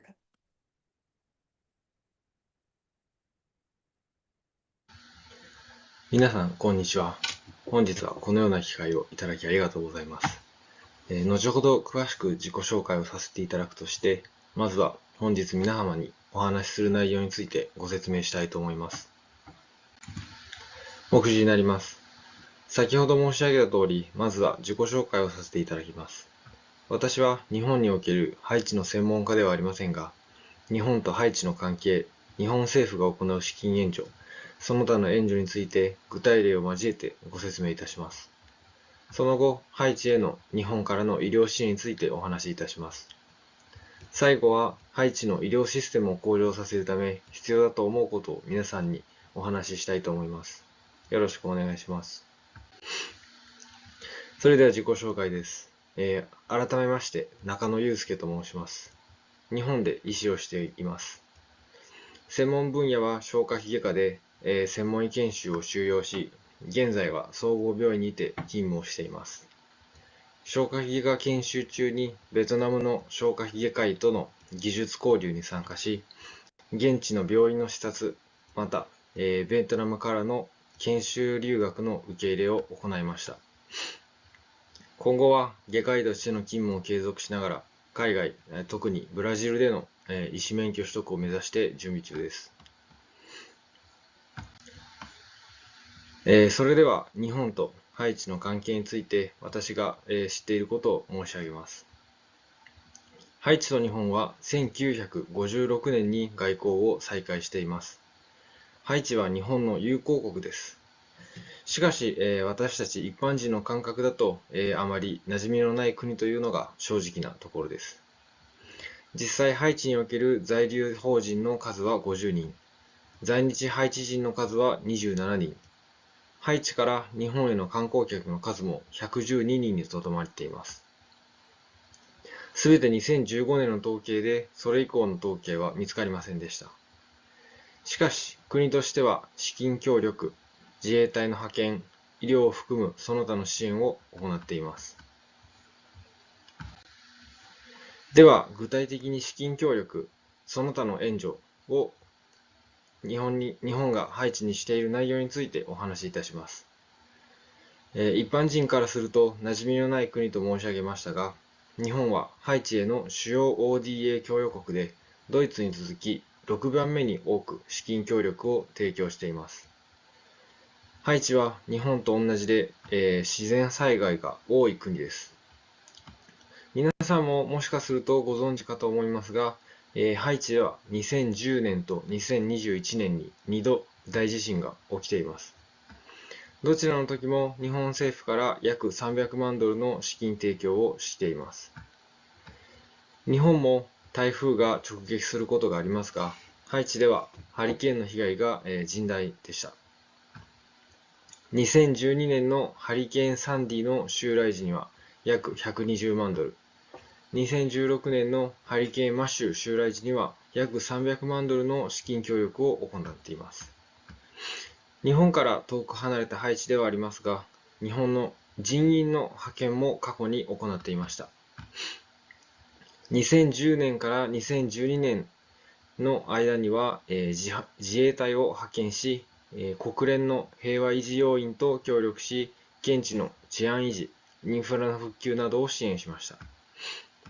後ほどのスライドで触れますが、2021年の大地震の際には資金協力だけにとどまらず、実際に薬剤師や看護師のような医療スタッフを派遣しています。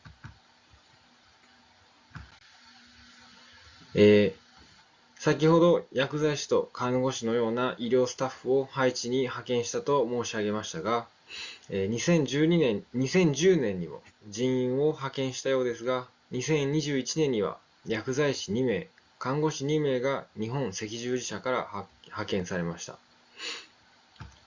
2021年の地震に関しても非常に大きな地震だったと聞いております。医療施設も被災し、医療体制が逼迫する事態となったそうです。そこで国際赤十字社は各国の赤十字社と協力して、スライドの写真にあるような臨時のテント型野外病院を用意したそうです。日本からはたった4人の医療スタッフの派遣でしたが、海外での医療経験が豊富なスタッフを選び、少数精鋭で派遣を行ったようです。日赤のスタッフは現地では医薬品や医療物質の管理と保管、現地スタッフの指導と教育を担当したそうです。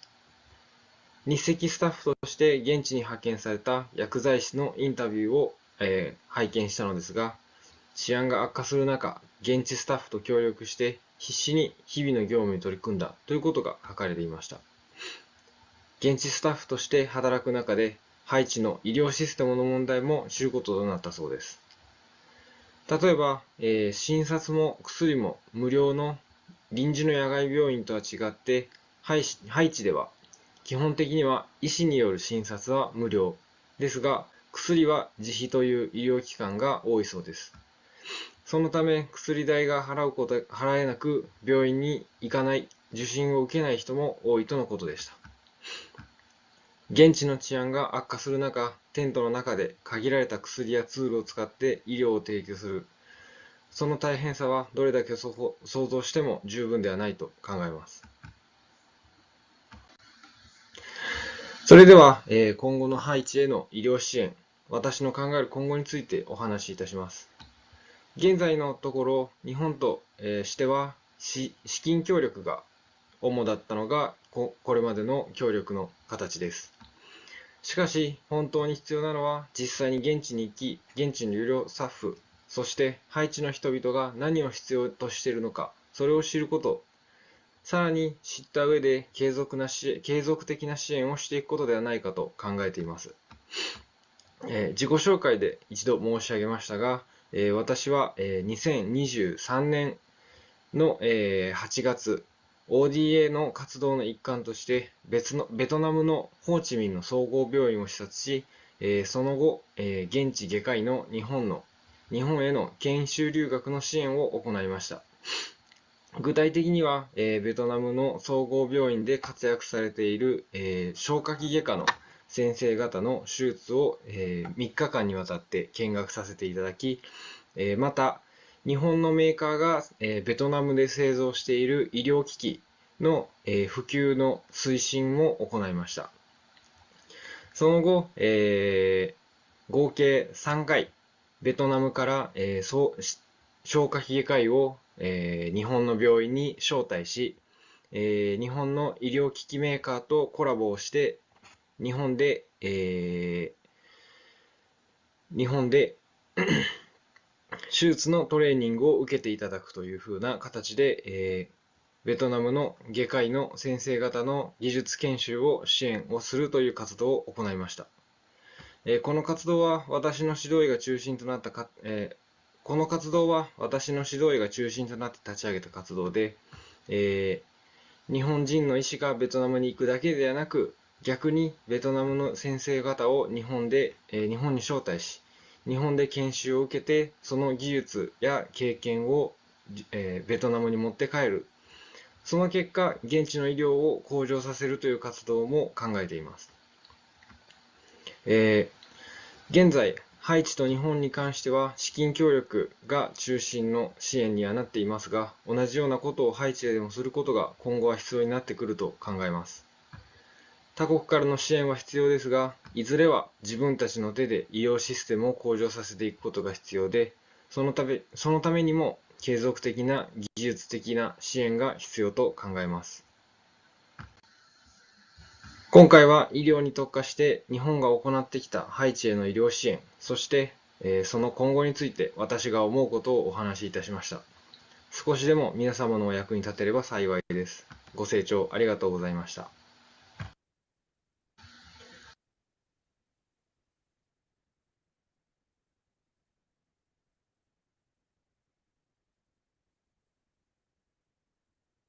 Je remercie notre intervenant qui nous a parlé d'un projet concret. Quelquefois, nous nous perdons dans les mots, nous nous perdons dans les chiffres, mais grâce à cette intervention, nous avons eu la confirmation que lorsqu'on se met au travail, lorsque l'on prend certaines décisions, eh bien, certaines collaborations peuvent être absolument extraordinaires et changer la vie des personnes sur le terrain. Et ici, nous parlons de l'accès aux soins et de l'accès aux médicaments. Nous savons que malheureusement, la violence affecte également la santé, le développement et le bien-être des enfants, des femmes et des hommes, évidemment, et elle affecte également leur capacité à s'épanouir. Nous ne parlons même pas des traumatismes qu'elle peut malheureusement générer, et ceci affaiblit l'inclusion sociale. Donc, nous sommes véritablement au cœur de l'ODD 16. Et je pense que l'exemple que nous venons d'entendre est tout à fait parlant. Il nous révèle qu'il ne faut pas énormément de moyens pour créer un impact extraordinaire sur le terrain, et que les pays, les États membres, s'ils collaborent, peuvent échanger des formations, apprendre l'un de l'autre. C'est ce qui est le cas dans cet exemple très parlant qui vient de nous être donné par Monsieur Yusuke Nakano. Donc, je le remercie très chaleureusement de nous avoir fait partager ce témoignage qui pourrait inspirer peut-être d'autres États membres à faire de même, puisque tous ensemble, eh bien, nous avons une expertise peut-être que je suis tentée d'appeler sans fin. Mais revenons-en à notre ordre du jour. Je regarde ma montre. Nous sommes à l'heure, je pense, et nous pouvons sans plus tarder donner la parole, pardon, à notre prochaine intervenante qui va s'exprimer en anglais. Il s'agit de Charlotte Hatcher qui va nous parler des défis, mais également des opportunités que nous pouvons saisir pour essayer d'approfondir notre ODD 16, d'avancer dans notre ODD 16. Nous savons qu'il existe tant de priorités en ce moment, des catastrophes qui ne cessent de nous interpeller, des urgences qui se posent devant nous, et quelquefois, eh bien, les moyens financiers sont bloqués par ces urgences et nous attrapons un certain retard pour le développement de nos ODD. Eh bien, je sais que Madame Charlotte Hatcher, qui est représentante du département des affaires politiques et de la consolidation de la paix, va nous parler de ces défis et de ces occasions. Donc, sans plus tarder, je lui donne la parole. Elle est connectée avec nous, elle est en direct. Donc, Charlotte, si vous m'entendez, eh bien, c'est avec plaisir que je vous cède la parole. Je vous remercie. Thank you, Chair. Thank you very much. I hope you can all hear me well. It's a real pleasure to be invited to this conference today. I've really enjoyed listening to some of the very rich contributions to this debate. Ladies and gentlemen, it's such a pleasure to be here today to represent the UN Department of Political and Peacekeeping Affairs. And as the Chair rightly says, it's my plan to discuss with you the following topic: the future of SDG 16. How we navigate the challenges and seize opportunities. I must say there's an excellent turnout today in this room in terms of representatives from different member states, from the UN, civil society, the private sector, and this great turnout and this diverse turnout only reflects the widespread recognition that all of these SDGs, especially SDG 16, and of course the 36 targets that go with SDG 16, the targets that are used to measure things like peace, justice, and strong institutions, it shows that these things matter hugely to all of us in their own right. But these things are also central to all of the SDGs. And I think it's clear as well that we have a shared belief here that if we don't deliver on the SDGs, including SDG 16, then the whole 2030 agenda will be threatened. Now, all countries around the world face challenges in terms of implementing SDG 16s and its targets, because there are so many challenges that we face in the modern world. And yet these targets are crucial if we are to move forward and leave nobody behind. Because let's be honest, a country without peace, justice, and strong institutions can never hope to deliver on its promises to the most vulnerable people that live in our societies. Now, ladies and gentlemen, the fact is that we have to say it clearly that Goal 16 is at risk of not being delivered in today's world. So that's why with my speech today, I want to highlight some of the reasons why it is at risk of not being delivered. And I'll do that in the first part of my speech, which is dedicated to navigating the challenges associated with SDG 16. And later on, I'll move to look at some of the opportunities that we can stand to seize.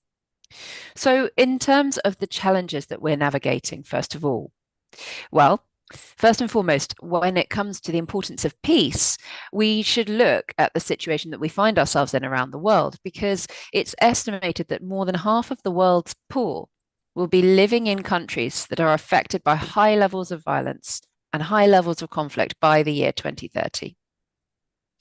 In addition to this, forced displacement has also risen sharply since the year 2005 and currently affects 65.6 million people, many of whom are women and children. Effective conflict prevention is, of course, a good way to take action to save lives and also deliver annual net savings. But we need to significantly reduce all forms of violence too, just to ensure that nobody is left behind. And that's why many countries have increased their contribution to the UN's Peace Building Fund in recent years. The idea behind the Peace Building Fund is to help prevent conflicts. And many countries have also, in another positive step, launched an action plan for women, peace and security. Now, this is key because it puts women and girls at the heart of all the work undertaken by the UN and also by its member states to prevent and resolve conflict. And it also recognizes just how important inclusion is. Now, if we turn our attention to justice, worldwide, it's estimated that 1.7 billion people have no access to justice. Now, what that means in practice is that they cannot obtain solutions to any legal issues that they may be confronted with. And in addition to that, injustices are so often hidden. It's estimated that 1 million children and 1/3 of all women are victims of violence. That's a huge figure, 1/3 of all women around the world. And many of these women and children don't have a voice. The lack of justice not only affects individuals, though, it also has a very negative impact on growth, and it can also foster violent conflict. We estimate at the UN that these unresolved legal problems can reduce GDP growth by up to 3%. The rule of law and access to justice are the very foundations of economic and social development, as well as peace, security, and good governance, serving as the building blocks for stable and successful societies. But linked to justice, we all know, in addition, that corruption has a ruinous effect around the world. That's especially true in developing countries where corruption can seriously hamper reform that's being undertaken in those countries, and it can also reduce the government, the state's ability to deliver effective public services to its citizens. And finally, let's turn to the third part of SDG 16, building stronger institutions. We all know it well. Well, the fact is that many governments around the world are clamping down nowadays on what's known as civic space. Various monitoring services around the world are now reporting that civic space is being severely curtailed in 111 countries.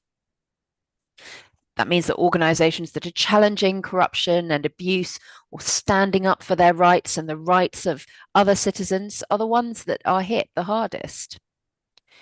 According to the International Centre for Not-for-Profit Law, 67% of the new civil society regulations that are being proposed or perhaps enacted in different countries around the world have been restrictive. Now, this has a negative impact on civil society organizations and their ability to register themselves, to do their work, to operate, to advocate for people's rights, and also, more importantly, to receive funding. And we all know that civic space for inclusive development, tackling extreme poverty, and ensuring that those on the margins of society are not permanently excluded without a voice is hugely important. When we look across the globe, we also see that the media is experiencing unprecedented challenges in its ability to do its work. The fact is, it's now very dangerous to be a journalist in all sorts of countries around the world. And global press freedom actually declined to its lowest point in 30 years in recent years. There are now unparalleled numbers of threats being made against journalists and also against alternative media outlets. So you can see the series of challenges that we face if we are to achieve and implement SDG 16. I have to apologize. I'm very sorry if I'm painting a pretty depressing picture here, but I think it's important that we shouldn't be afraid to come out and speak the truth and speak it plainly. And it's not all bad news, as we shall see now in the second half of my speech, as I turn to look at how we can address these challenges by harnessing, tapping into the opportunities that are open to us. Firstly, how can we utilize peace building for the greater good? Well, peace building, as we've heard from some of our speakers already, is a critical tool. It is a tool for preventing, responding to, and recovering from crises. If we ensure that there's increased support for peace building efforts, then this helps to prevent sudden outbreaks of violence, but also to heal fractured communities who have experienced recent violence. In turn, that reduces the need for humanitarian aid, and it enables countries to pursue economic development as well as adapt to things like climate change, to implement good governance, and protect the human rights of their citizens. Peace building and conflict prevention programs also reduce violent conflict and human suffering, and they save taxpayer dollars, which is very important from a governance point of view in countries. The second opportunity that we can harness is something you're probably familiar with, which is known as DDR, disarmament, demobilization, and reintegration. For those who aren't so familiar, I'll just run through what the process involves. It's a process that contributes to security and stability by firstly disarming combatants or fighters, and secondly, removing them from military structures, and then socially and economically reintegrating those fighters back into society. Now, DDR programs ultimately downsize armed forces or sometimes disband them completely. DDR programs are often part of other efforts as well to demilitarize and consolidate peace in a given country. When these programs shift resources to the social and economic sectors, DDR programs can also ultimately reduce poverty. So there are many benefits involved. If we look back over the past 20 years, there have been DDR programs implemented in more than 30 different countries. Now, about 2/3 of these countries have been in Africa. I'll give you a concrete example of one that was very effective. The World Bank was heavily involved through a DDR program that began back in 1992. And in that case, the support was provided via the Ugandan Veterans Assistance Program. But it's not an isolated example because since 1992, DDR has supported about 21 demobilization and reintegration projects, and that spans more than 15 countries. So you can see how wide-ranging and useful it is to harness DDR. Now, the third opportunity we can seize is by increasing access to justice. So I'm back to justice again. I mentioned that a lot in the first half of my speech. Now, one of the major obstacles in access to justice is, of course, the cost of legal advice and the cost of legal representation. So, legal aid programs are a core component of strategies if we are to ensure that there's enhanced access to justice for everybody. And that includes, of course, marginalized and vulnerable populations. So, how can we do this?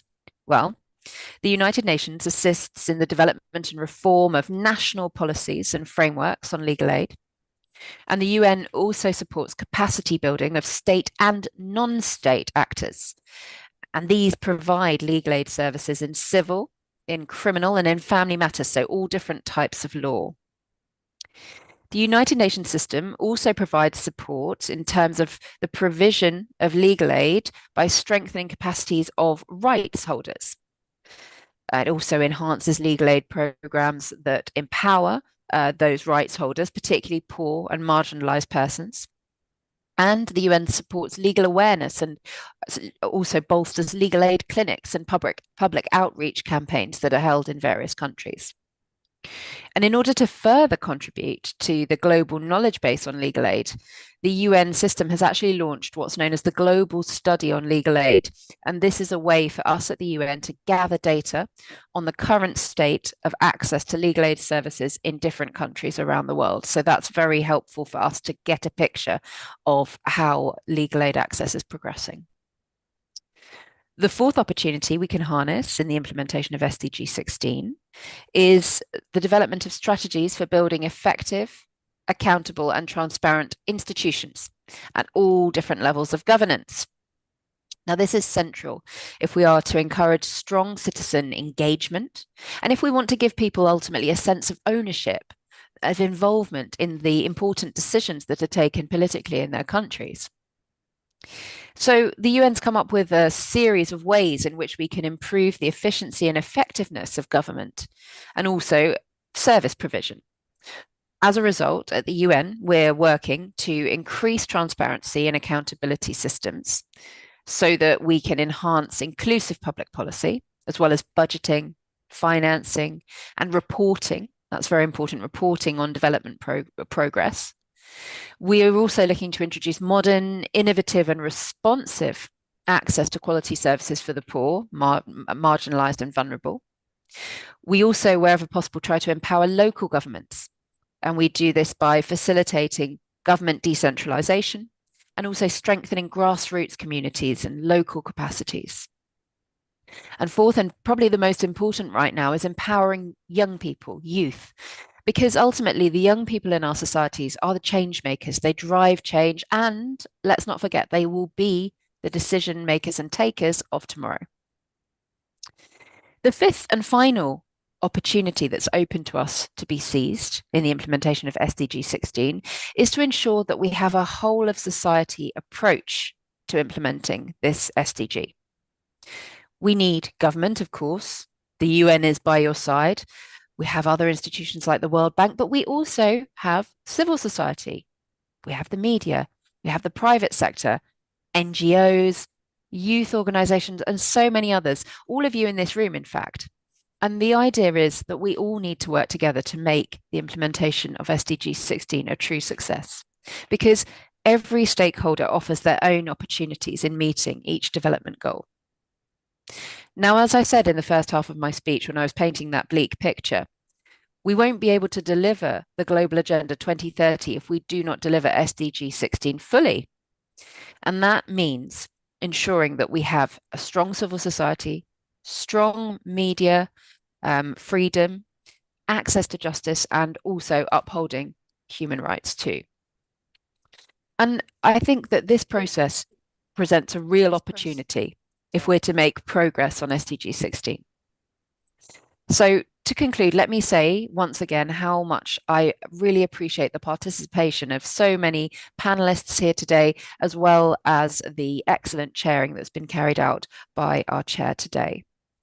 Now, I know that today's discussion that will carry on into the afternoon will help contribute to our mutual goals. So the future of SDG 16 is in all of our hands, and it's in good hands. And it's our responsibility to deliver it fully. Thank you very much for your attention.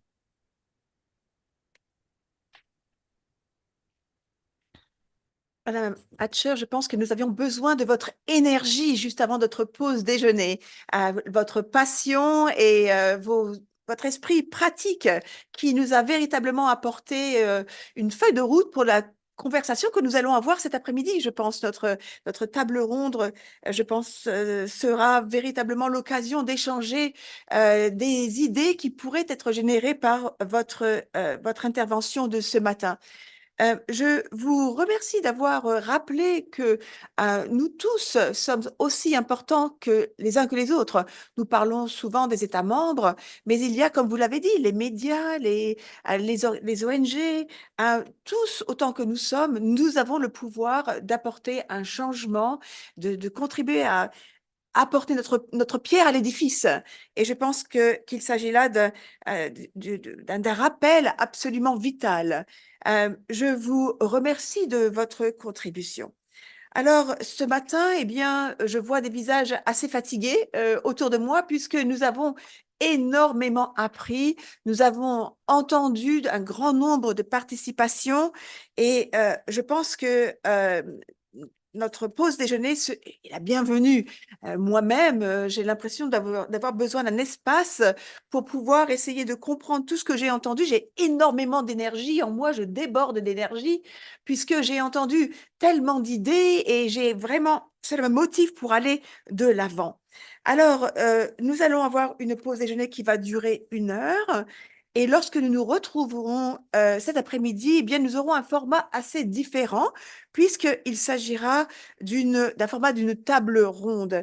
Nous avons 3 questions à débattre et je vous rappellerai ces questions qui vous ont été communiquées dans toutes les langues de notre conférence ce matin. Elles seront rappelées en début de notre intervention de cet après-midi. Nous allons réorganiser la la salle, pardon, pour permettre de nous parler de façon plus conviviale cet après-midi. Et j'espère que cela vous motivera également à échanger de façon formelle et informelle pendant notre déjeuner et également à notre retour pendant nos tables rondes.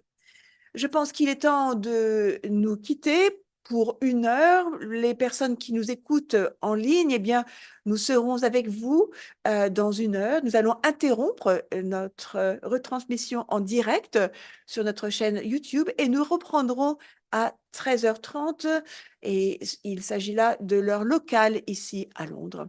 Je vous remercie de vos interventions ce matin. Je remercie tous les intervenants qui ont pris la peine de soit être avec nous autour de cette table, ou soit de nous envoyer un enregistrement ou de contribuer en direct.